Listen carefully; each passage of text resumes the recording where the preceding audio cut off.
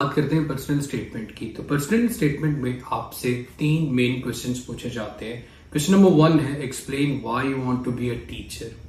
Question number 2 होता है describe why you want to teach this subject for primary.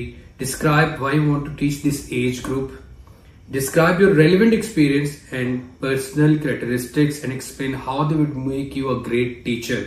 तो आप इसको एक्सप्लेन करते हैं 1 बाय 1। सबसे पहले तो आपने ये बताना है why you want to be a teacher कि आपको ऐसी कौन सी चीज है जिसने मोटिवेट किया कि आपने टीचिंग का जो प्रोफेशन है वो चूज किया।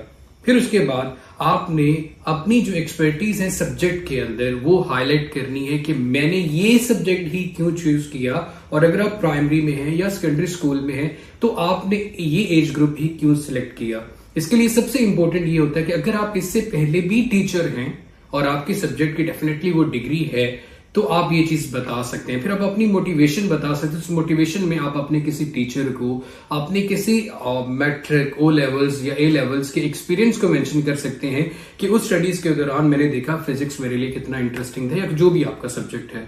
उसके बाद आपने अपनी पर्सनल स्किल्स बतानी है कि रेलिवेंट एक्सपीरियंस, या फिर आपने कोई वॉलंटियर काम किया था यंग पीपल्स के, और यंग का यहां पे मतलब है सेकेंडरी स्कूल के बच्चों का।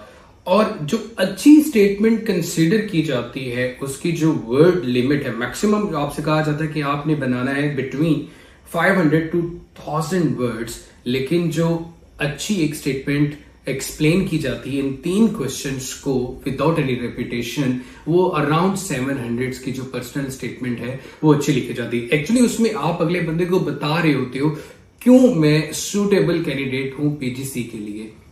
और